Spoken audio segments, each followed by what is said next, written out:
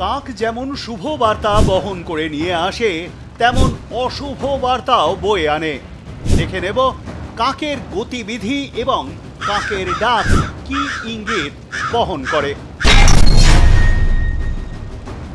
কারোর বাগানের গাছে বা কারোর বাড়ির ছাদে এক ঝাঁক কাক যদি ডাকতেই থাকে, ধরে নিতে হবে ওই ব্যক্তি কোনো খারাপ খবর পেতে চলেছেন। যদি শুকিয়ে যাওয়া গাছে বসে কাকের দল নাগারে ডাকতে থাকে, ধরে নিতে হবে মড়ক লাগতে চলেছে।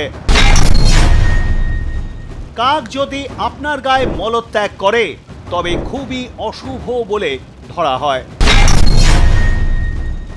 বাড়ির দক্ষিণ দিকে কাকের আনাগোনা এবং কাকের ডাক অশুভ বার্তা বয়ে আনে। এক জায়গায় অনেক কাকের বসে থাকাও বিপদের ইঙ্গিত বহন করে।